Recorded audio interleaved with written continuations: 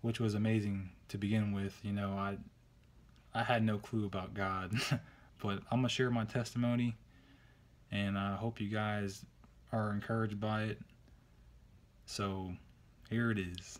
As a child, I grew up in you know, an abusive home. My mom, she liked to, just be verbally and physically abusive to us. And as you can tell, it's hard for me to say those things because I don't really want to talk bad about my mother because I love her, and that's the woman who raised me. And there's just certain things that kind of affected me in my life, and one of those things was the physical and verbal abuse growing up. As a child, I walked around, guarded and confined, and stayed to myself with everything, with my brothers, with people around me. And as I grew, I didn't have the loving mother, that would sit you down and talk to you and show the love and compassion. So over time, I didn't know what compassion was. I didn't know what love was. I didn't know how to love, and then years later, around the age of 12, my dad went to prison for 5 years. And, that time was really hard for me, for a kid, going through puberty and going through struggles in life, and, trying to figure out, how to be a man. And I didn't have him as the backup to show me, son, this is what you need to do. This is how you treat a woman. This is, all the things that, a father should be doing. And, in school, I was to myself, and people would try to come talk to me and, be friendly with me, but I would always give them attitude and, show my anger, because that's all I had when I was a kid was anger. I was just always mad, always upset. I never got made fun of or bullied, but, I slowly eventually turned into I didn't want to say a bully, but I didn't treat people the way they should be treated as a child. Growing up in elementary school, then, I had a issue with fire, and I wanted to play with fire. I was amazed by it, and, I set things on fire, and one time, me and my brothers were out in the woods, and he dared me to set the tree on fire. So I took a match and put it down, and it was engulfed in flames. And we were standing around trying to put this fire out, and I didn't know what to do. I'm 10 years old, and I'm trying to put this fire out. So we all ran home, and there was smoke everywhere, and people were coming outside, and we all ran home, all of us, and it was 5 or 6 kids out there. We all ran home, and we hear police sirens and helicopters and all this and that. I'm shaking to death, thinking I'm going to go to jail. I'm 10 years old. I'm thinking I'm going to go to jail and be handcuffed and eat dirty bread for the rest of my life. I didn't know what was going to happen, but at the time I didn't realize that God had His hand on the situation, even though I was a child. And the police were knocking door to door and asking questions. And I guess one of the kids in the neighborhood told them oh, down the street, and the police were coming down the street knocking on each door, and they finally got to our door.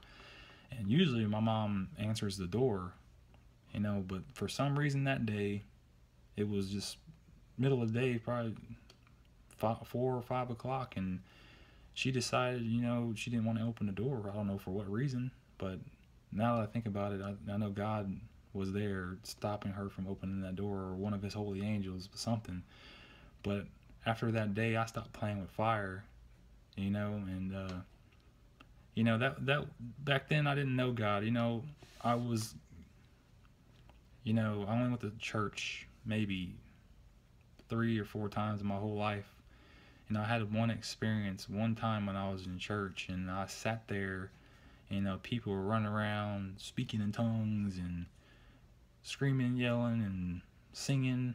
And I'm 9, 10, 11. I don't remember how old I was, but I know I was really young.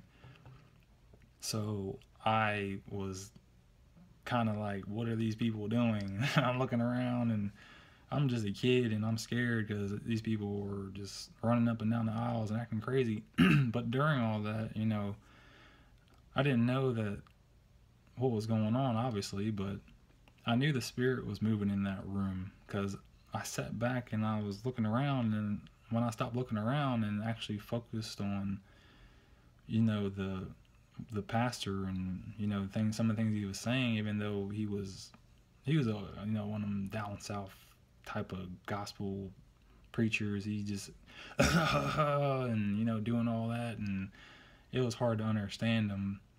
But I didn't really hear anything that he was saying. What got me was the atmosphere of the room. I felt the spirit hovering in that place, and at the time, I didn't have anybody present me the gospel or tell me about God, or I had no clue. So as I'm sitting in my chair, feeling this weird sensation in the air, I didn't know what it was. So I moved on, and got out of church, did my own thing, then, growing up, like I said before, I grew up in an abusive home, so the way I knew how to learn was through television. I watched Family Matters and Brady Bunch and all these different family shows, and I'm looking around at my life like, why is my life not like this? Why don't I have my dad? Why don't I have the things they have? They seem very, very happy. I didn't know any better, so I try to live and learn through television. I try to show compassion and show these things, and every time I try to show these things to people, I always got shut down because I guess they kind of knew it, that in their mind, the back of their mind, that I was fake, because it was fake. But I didn't know how to use compassion, or how to operate my feelings. So I was introduced to pornography when I was younger from an older cousin, and that really messed me up because I got exposed to things that I should never got exposed to, and during all that, I kind of got addicted to it. I'd watch it, and I'd hide stuff. Me and my friends found magazines in the sewer. We take it home, and I'm hiding it. Hoping my mom never found it. But I also scared my mom that I couldn't even keep it in the house for a day. I threw it away. So and then growing up, that with the pornography and the pictures and just the constant lusting after things, especially when puberty hit, that's when it really got crazy and escalated. And through all that, I kind of got disrespectful to women, and I started using women in my teenage years. And I never slept with a woman until I turned the age of 19. I was living in sin regardless, but all the women that I've been with and talked to, I just treated them bad. I didn't know how to treat a woman. I thought they were supposed to be like those women in the videos, because that's what all I was. I knew that the shows I used to watch when I was younger was fake, but then the videos that I thought I watched, through the pornography, I thought that's how you're supposed to show a woman that you love them, is just whatever.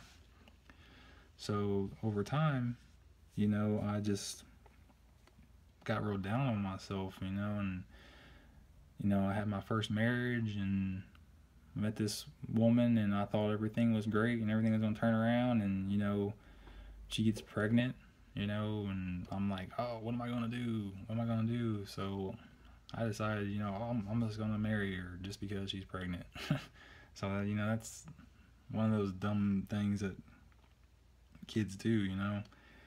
I had my first child at 20, and my only child, other than me and my wife's children, which we were blessed with 5 altogether, and I love them to death. So, they call me dad and all that stuff, but that's later on down the line. But, I had my first child, and, she showed me a lot of things that I didn't know.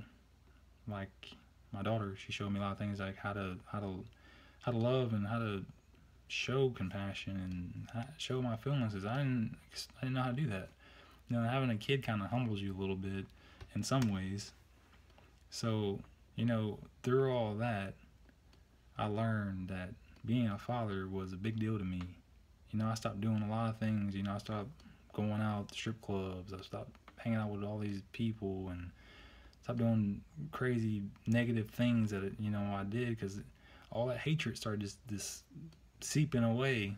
I was angry all the time. I hated everything. I was abusive to animals. I hated people. I didn't want to be around people. I didn't have no friends. Even in high school, I just sat myself at lunchtime in the locker, just laying up against the locker every day at lunch for 3 years straight. Nobody came and talked to me because I guess I had that look about me at that time, like, don't mess with me. And I guess I'm a pretty big dude. I'm 6'6" and 240 pounds, but I guess I wasn't approachable, and I know I wasn't, because I wasn't in the right mentality. And if somebody approached me, I would have just threw my attitude and tell them to get away from me, and just be done with it. But when I had my daughter, all that started turning around. I thank God that He gave me a daughter. Having children is a miracle, and it's beautiful. You get to watch them grow from a young age, and you just get overjoyed. But I still didn't have God in my life at the time, and me and my first wife, we just didn't get along. We didn't have the love of God in our house. We didn't know the order of marriage. We didn't know how to raise a kid together, because most of it was just you do your thing, I do my thing. Then eventually, we got divorced. And I'm sitting here by myself, and I'm just by myself. I was by myself for 3 years, and then after those 3 years of taking a break from everybody, and during those 3 years, I didn't really do too much. I just kind of sat to myself and actually tried to seek God at one point. I downloaded a Bible app and I tried to read it, and I had no clue what that thing was talking about at the time. I was trying to read it, and like, man, I thought God was supposed to be easy to understand, but I didn't understand nothing, because I didn't know nothing right at that point. So I put the Bible down and I took a step back from it, and I had nobody there to encourage me or tell me, oh man, you should get, try to get a better job. You should try to do this. You should try to do that. I was dissatisfied with my life. I had a, beat down Taurus that I had for 10 years, no heat or no air, for 10 years straight. That's how content I was in my life. And everything in my house was just meticulously in order. Like, this has to be here, this has to be there, so spotless, like it was like one of those magazines, like you just look at it and like, man, that's not even a real home. When people came in my house, it was like a empty shell. There was no life in it. I didn't have any pictures on my wall. I had pictures of my daughter, on my phone and photo albums, but my walls were bare. I was I don't even know what I was doing. But after those 3 years of just keeping to myself and shutting out the world, I just decided, I'm just gonna go up and just try out this dating app. So I downloaded it and tried it out, and I actually went on a couple dates, and the couple dates I went on, these women were like, like, I don't know. Plus, I wasn't easy to be around, so I just stopped using it. Then one day, I saw my future wife. I didn't know at the time, and I decided, to say something to her. And one thing led to another, and I didn't know that she was a believer. I didn't know she had a relationship with God. I didn't know any of those type of things when we were talking. I just thought she was really nice and really kind and gentle person. So I was like, what, maybe I should just give it a try. I'm just messing around with these girls that just want to sleep with me, and they just want to just use and abuse me because I'm just gullible like that, I guess, or I got that face about me. I don't know, but I went on a date with my girlfriend at the time, and when I first saw her, I knew. I was like, that's my wife. That's my wife. I didn't even understand. I'm getting teary-eyed just thinking about it, because I didn't know what was going to happen, or what we were going to be, or what was going to happen at all. I'm just shocked by everything, because God is so gracious and loving and kind, and I didn't I it blows my mind every time I think about God and what He's done for me, you know. And I met my wife, and she had 4 kids, but that didn't even affect me. You know, before then I was like, I'm never going to be with a woman with kids and this and that, and I'm telling myself, but God had another plan for me, and you know, and He directed my path without me even realizing He was directing it, and all, you know. So we dated for a while, and you know, she ended up, you know, with some housing issues with her apartment complex. They decided they wanted to shut the doors, so I was presented an option, either to, you know, let her come with me, stay with me, or, you know, go to a friend's house. So I was like, you know, this woman and her kids don't need to be in that situation. You know, the girl she was friends with had 4 other kids also, and I just was like, you know, come live with me. And I know we were living in sin and all that stuff, but God is forgiving, and God is gracious, and He knew the plans He had for me ahead of time. So I went on ahead and moved her into, you know, a 2-bedroom apartment. We had 5 kids, you know, and when she first came, you know, I didn't know how to handle 5 kids at a time, and I was real like, oh, don't touch this, don't touch that, because I, you know, I had everything placed properly, like specifically in order. You know, I had my toothbrush lined up. I had, you know, the windows spotless, and you know, I had this, and that. You know, the floors were squeaky clean. I used to get on my hands and knees and scrub brush that with a toothbrush. You know, that's how clean I was. And none of these kids came in, and they were just, you know, they were real nice, humble kids. You know, they weren't like all the other kids. You know, now that I think about it, they weren't like other kids. They were really respectful, and you know, they kind of saw me as a friend, you know, for a while, because I didn't have that authority over them, because I figured, you know, I'd just try to be their friend and get them to like me and all this and that. But that was the complete wrong thing to do. You know, they just started driving me crazy for a while. So, you know, I had my daughter in one of the rooms, and like I was having baby mama drama, and you know, don't let them kids share a room with our daughter. Da da da da da. You know, I was dumb, and I was like, kind of listening to her a little bit, and my wife opened my eyes up to how she was treating me, you know, and she had gave me some good advice, and you know, I told her straight up, you know, the things that my wife told me to tell her, and you know, it worked. You know, I was able to, you know, move on past my baby mama drama, just from being bold and telling her the things that I needed to say, because you know, I wasn't a deadbeat dad. I was out here. I've been at my job for 10 years now. It's not like I was doing this and doing that and running the streets. When I had my daughter, I stopped doing everything, and I put my attention on her and her alone. And I was the dad she needed to be. You know, I was a little hard on her at some points, you know, but you know, through that, you know, my daughter will forgive me one day for some of the things, but you know, everything works out for our good according to the Word of God.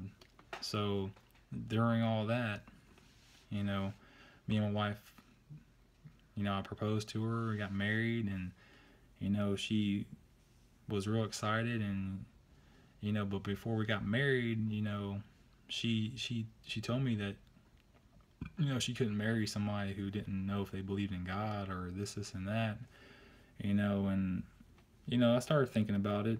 You know, I took what she said into consideration, but I told her, I said, you know, I don't even know if I believe in God. I told her, I said, I know there's a higher power out there. I know that, you know, things happen for a reason, you know, and I was stuck in that evolution mindset, you know, at some point in my life, you know, thinking I came from apes, and you know, thinking, you know, aliens planted us here, and all kinds of stupid stuff, you know, that the world puts in your head, you know. And I didn't necessarily believe in the millions and millions of years, you know, and I still don't. I believe in God and what God's word says about the age of the earth, but that's a whole nother subject for another YouTube video. But After I thought about what she said, she invited me to a church. So, I went, expecting, maybe this is my time. Maybe,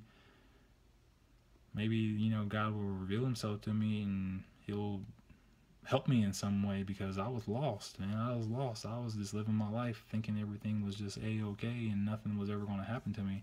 I didn't even think about what was going to happen after I die or nothing like that. And I was like, I went there and I sat there in the service, and everything was going in one ear and out the other. You know how it is when you're an unbeliever. It's just like, what are they talking about? Why are these people so excited? Why are they lifting their hands? Why are they singing? Why are they dancing? Why are they screaming Jesus? What's going on? And I was sitting there expecting something miraculous to happen, and it didn't happen that night. My wife was just sure that, I was going to get saved that night. But she didn't tell me that at the time. But God had another plan, and she didn't, know at the time. But maybe she did, through her testimony that, she recorded. There's some things she said on there that, adds on to this part of my video about the word that she got while she was at that church at some point. So if you want to hear that, you can listen to her part of the video about her testimony and, things about that. So, after that church service, I'm driving home, and I was real just blah, and she's looking at me and she said, what'd you get out of it? And I was like, nothing happened. I don't know what to think. I went there expecting something and it didn't happen. And that was pretty much the end of the conversation, but during that time, I always said little things here and there when I knew she was a, godly woman. I always said things here and there like, oh, God's going to work out, or you just got to have faith. I said stuff like that, but I didn't know what it meant. But I knew that it was like kind of going to comfort her a little bit. God forgive me for that. But, maybe that's what she needed to hear. Maybe that's what the Spirit that was on her drew me in to say. I don't know. I know how the Spirit works now, but at that time I didn't have a clue that, God was drawing me in, even through things that she was saying.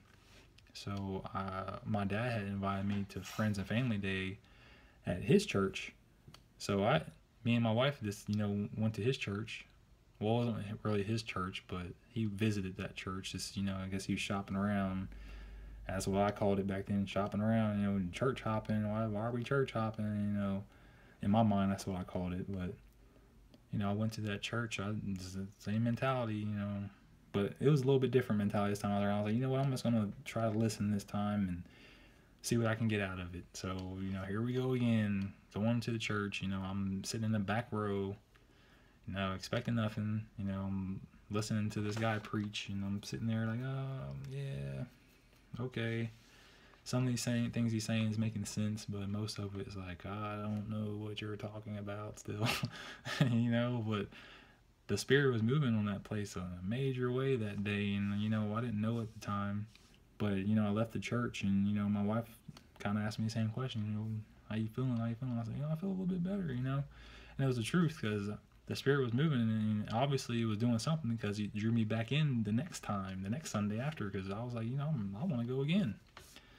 I didn't know what it was, but I guess I was starting to get sensitive to the Spirit, because God's drawing me in. So I went in, and I'm sitting there, and again, I didn't know what he was talking about, but he said a few things that I don't remember, but I knew that whatever he said got to me. This has been a year and 4 or 5 months ago. That's when I got saved. But in that service, I felt real down about my life and my sins and all the things that I've been through in my life. And I'm sitting there and I'm shaking, I'm shaking. I'm getting ready to cry. My hands are sweaty, and he presents the time for an altar call, and I'm sitting there like, I'm not going up there. But I knew that when I was sitting there that God was like telling me, come on, come to me, come to me. I'm sitting there, I was like, I don't know nothing about you. I don't know who you are. I don't know what you are. I don't know anything. But I sat there and I was like, what is holding me back? I don't, even though I don't know who you are, I'm gonna go anyways. So when I was sitting there and I'm just trying to will myself up, but I felt like I was a million pounds heavier sitting in that chair, and I felt like there was another spirit trying to keep me from going. But God gave me the willpower to stand up for Him, and I stood up for Him, and I walked up there, and and I went up there, and the pastor put his hands on me, and right at that moment, I knew I was different, and I turned my mind to Him, and I accepted the Lord that day, and He changed me in a miraculous way, and I can't even explain it. I can't even explain. I still can't explain it, but I can tell you some things. I knew that when He saved me, that everything I knew before, everything I know was wrong. Everything that I thought I was wrong. I sat back in my chair, and God gave me a word. He gave me a word. He said, "Hey, he put one word in my head. It was Catherine." And I'm like, "Who's Catherine? I don't know what Catherine is." And our pastors pass around these envelopes for offerings and for tithes. And he says, write down a name on the back of the envelope, or not write down a name, but write down what you want prayed for, or who you want to pray for, things like that. So I just wrote down Catherine. I didn't know why. I just wrote it down. I didn't know what was going on. So this is the time where I told you I had worked at my job for 10 years, but there was a point in my job before I got saved where I got to a point where I was like, I'm fed up with this place. And this is during the time where me and my wife, before we got married, I told her I was fed up with this place and I'm done with it and I want to try something new. So I tried out this vending service, driving around filling up vending machines, and during that process is when I was visiting the church where I got saved. I'm freshly saved. I'm driving these vending routes, and Catherine wasn't even in my mind. It was there at some points, but it was like, I don't know. So I'm driving, and I get to this one stop that I go to twice a week. So I get out, get all my stuff. I'm pushing my two-wheeler, all my drinks and everything, and I'm going in. I'm excited. I just got saved, and I just had a joy. I'm still joy. You see it on my face. I still got a joy for the Lord. I'm still working for Him. But I walked in there, and I fill up my vending machine, and I get ready to go out the door, and this gentleman walks up to me, and and something just took over me. I just got this goosebump feeling, and the Catherine popped in my head. And at first, I just denied it. I was like, I'm not telling this guy about Catherine on, and he's gonna think I'm crazy. I'm only like a month in or a few months in being saved, and I'm like, I don't. So I get in my truck, and and I'm just crying because I knew I did something wrong. I knew I didn't listen to what the Spirit wanted me to tell this man. So I'm crying in my truck and asking God, I'm sorry. I'm sorry. Forgive me that I didn't tell him about Catherine. So, I finished my day out, and then the next time that route came up to that place, I told myself, I'm not going to deny it again. I'm not going to deny God again, So I go in there, did the same thing, same routine, get my two-wheeler out, get my drinks, go up the steps and fill the machines, and sure enough, here comes this guy again, and he's like, "Hey, how you doing, man? How you doing? How you like the route?" Because I'm the new guy, right? So he's asking me, "How you doing, man?" I was like, "I'm good," and I was like, "Do you know Catherine?" Sure enough, here comes he steps back. He's like, "What?" He said, "Do you know my sister?" And I was like, I just got a rush over me, and I didn't know what to say at the time, but in my mind I was like, God, just leave me, tell me what you want me to say to this man, because I'm lost. I don't know what to say. And as soon as I said that in my head, God gave me the words to say, and I told this man, I said, I don't know who your sister is, but I do know that God is blessing her life right now, and whatever he has in store for her, she's going to be blessed through whatever situation she's going through. And that's all I said to that man. And, and then that was the last time I ever did that, because, God led me back to my original job that I am at now for 10 years. And, I don't know what happened to that gentleman, but I pray for him still. And I think about him every once in a while, but I know that God had a purpose for that, and I'm moving on from that. But, praise God that, he can use me, nobody, in the world to tell somebody something that they needed to hear. So, and, through all that, he lead me to read and study and getting deep into his word. And, I'm so blessed right now. I got through the process, I got a new car, a new house, a good job, I got increases at work through all, my year being saved. And, God's just doing things, miraculous things. People sitting in our directions, giving us money, is giving us things that we need. Some days we're wondering how we're going to put food in our refrigerator, and here comes God. Here you go. So, there's a verse I like to read, because this is one of my favorite verses in the Bible. So I'm just going to open my Bible and read it real quick. So it's in Ezekiel 36:26, and the word says, God bless his word. He says, "A new heart also will I give you, and a new spirit will I put within you, and I will take away the stony heart out of your flesh, and I will give you an heart of flesh, and I will put my spirit within you, and cause you to walk in my statutes, and ye shall keep my judgments and do them." After I got saved and I read that verse, that's what he did to me. I didn't realize at the time, but that's what he did to me. He took a sinful man and transformed him into a righteous man. And I'm not perfect. I'm nobody. I'm just a man. But he did something to me. And I know he did, because people see me different now, and they're like, who are you? What's going on with you? Why are you so different? And that's the miracle of God's blessing on my life, is he wanted me,